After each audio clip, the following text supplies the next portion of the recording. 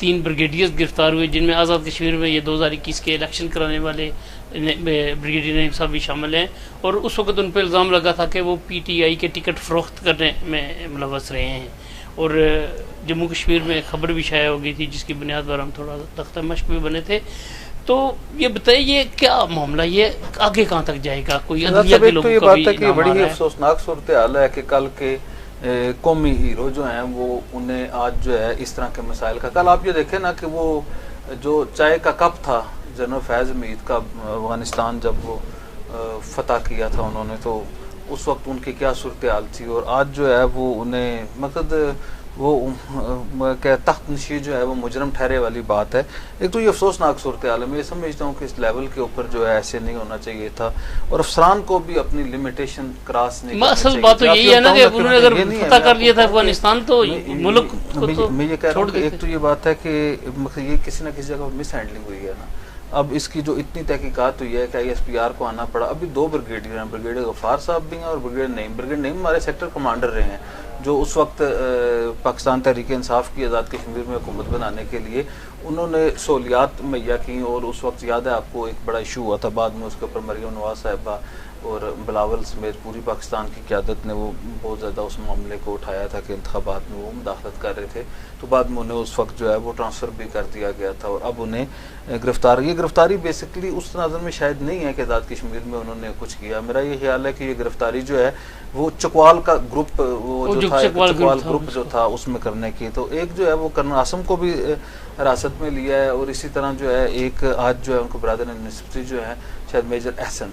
उन्हें भी जो है वो रिटायर्ड मेजर जो है उन्हें भी आज उन्होंने किया है। तो ये अफसोसनाक सूरत हाल है। और दूसरी ये बात है, आप ये देखें ना, ये जब उस वक्त जब असाइनमेंट होती है ना, जैसे आज के जो सेक्टर कमांडर उनकी असाइनमेंट थी ना कि अनवारुल हक को आपने हर तरह बचाना है। अगर अभी आप जो है वो उनके मैसेज उठा लें कि कहें जी ये किया वो किया, तो वो ये तो इस तरह के मैसेज तो हज़ारों लोगों के पास मौजूद होंगे कि जिसमें वो कहा जा रहा है आपने वजीर रहना है नहीं रहना, MLA रहना है नहीं रहना है। तो ये काम शहजाद साहब उस वक्त असाइनमेंट होती है। अब वो जो उस वक्त करने वाला जो होता है वो अगर उस दायरे के अंदर रह के अपनी जो है वो अपनी पेशा वराना फ़राइज़ की मौजूदगी में रह के करें फिर तो ठीक है। अब इस बात से इनकार भी नहीं किया जा सकता कि जी कि आप ये कहें कि जी मकसद ये मदाखलत नहीं करते, इनका एक विंग है जो सी। अभी आप ये देखें कि इस वक्त जो एक तो ये बात है इमरान खान साहब ने वो किया, अभी भी जो है वो मुजफ्फराबाद में बेशुमार ऐसे इजलास हुए हैं, पार्लिमानी पार्टियों के इजलास हुए। मैं ये कह रहा हूँ कि मकसद लिमिटेशन में रह के अगर ये काम किया जाए और कौमी तकाज़े और मफाद पाकिस्तान जो नेशनल इंटरेस्ट है अगर उसको हमारे अफसरान जो है वो उस वक्त मलूज़ ख़तर रखें अपनी अपॉइंटमेंट के दौरान, और मकसद कोई ज़ाती मोहब्बत और ज़ाती नफ़रत का, किसी के साथ नफ़रत का भी शिकार नहीं होना चाहिए, लेकिन किसी की मोहब्बत में भी इतना आगे नहीं जाना चाहिए कि आप लोगों को ये समझें कि जी जो किसी का आपके किसी फेवरेट जो है हुकूमत का वज़ीर आज़म का अगर कोई उसका नकाद है या उसका कोई वो सियासी हरीफ है या उसका वो कोई दुश्मन है तो वो कोई पाक फ़ौज का दुश्मन हो गया है, वो कोई ISI का दुश्मन हो गया है, या वो कौम इस्लामती का या पाकिस्तान का दुश्मन हो गया, अल्लाह ना करे। मगर 2 सियासतदानों की लड़ाइयों में किसी एक को इस हद तक सपोर्ट ना करें कि जी आप उनको जो है मुहब्बे वतन होने का और उन्हें जो है अपनी उसकी हुब्बुल वतनी के ऊपर आप जो है वो शक उठाएं। ज़ाहिर कश्मीरी जो है एक से बढ़ के दूसरा जो कश्मीरी हैं, और ख़ास तौर पे ऐसे लोग जो आज़ाद कश्मीर की हुकूमत में हैं या जो पावर पॉलिटिक्स करते हैं वो पाकिस्तानियों से बहुत बड़े पाकिस्तानी हैं, उनकी बहुत सर्विसेज है। इसी तरह हमारे जो बॉर्डर एरिया पे लोग रहते हैं उन्होंने बहुत सेक्रीफाइस किया। पाकिस्तान की फौज जिस तरह सेक्रीफाइस करती है, जवानों ने वो सीने पे गोलियां खाते हैं, इसी तरह हमारे जो बच्चे हैं, हमारी जो माएँ हैं, हमारी जो बहनें हैं वो भी इनका साथ करते हैं। तो आज़ाद कश्मीर में फ़ौज का बहुत एहतराम है। लेकिन मैं ये कह रहा हूँ कि अगर ये रवायत पड़ी जैसे जनरल फैज़ साहब की ये रवायत है और ब्रिगेडियर नईम साहब की, और अगर ये रवायात ऐसे ही पढ़ती रहीं और एक दूसरे के ऊपर इल्ज़ामात लगाते रहे, तो मेरा ये ख्याल है कि हर जो आने वाला वो जो सर्व करने वाला अफसर है वो मुश्किलात नहीं। अमर साहब जब घुंगलू आप खाएंगे तो किसी न किसी स्टेज पे तो पेट में दर्द होगा ही। अब पेट में दर्द शुरू हो गया उनके। नहीं, अच्छा, मेरा ये ख्याल है कि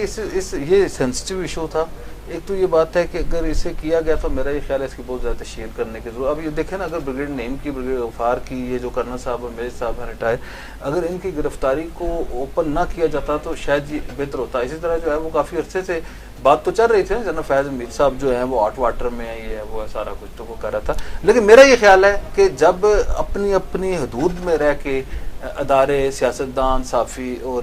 समाज के लोग जो हैं वो काम करेंगे तो मेरा ये ख्याल है कि इसके असरात होंगे। अब अगर आप किसी के पीछे पड़ जाएं, अभी एक दरख्वास्त लेके आप जिस मर्जी के पीछे पड़ जाएं ना, मकसद एक दरख्वास्त लेके आप किसी के पीछे पड़ जाएंगे, वो जिस मर्जी ओहदे पे हो वो मुसीबत का शिकार हो जाएगा। तो मेरा ये ख्याल है कि उसे पर्सनल जो है वो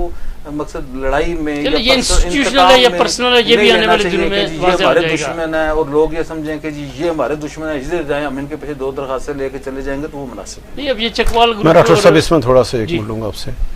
कि ये पहली बात तो यह जो हम लफ्ज़ इस्तेमाल करते हैं कौमी मफाद, नेशनल इंटरेस्ट, उसकी तारीफ हर देखो इसकी जब अगर ये तारीफ इसकी अगर कर ली जाए, तमाम सियासी जमातें हैं जो हमारे अदारे हैं, अदारों में बैठे हुए जो आला शख्सियात हैं, तो पाकिस्तान का आज इस नच पे ना पहुंचना होता।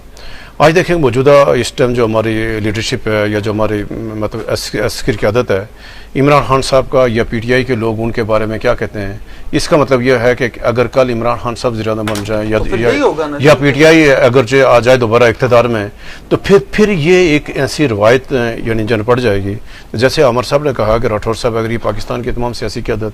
ये ज़िम्मेदारी है पाकिस्तान की सियासी क़यादत कि वो ये तय करें कि हम आज के बाद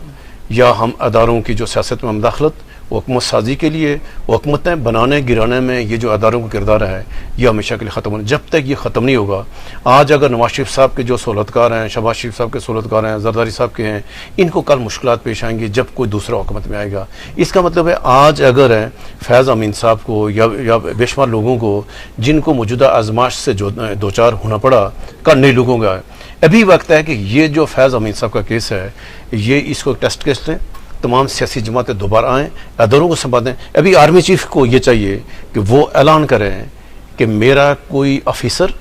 या कोई जवान सियासत में मुदाखलत नहीं करेगा। अगर किसी सतह पर मुदाखलत हो तो उसके खिलाफ सख्त तरीन कार्रवाई हो।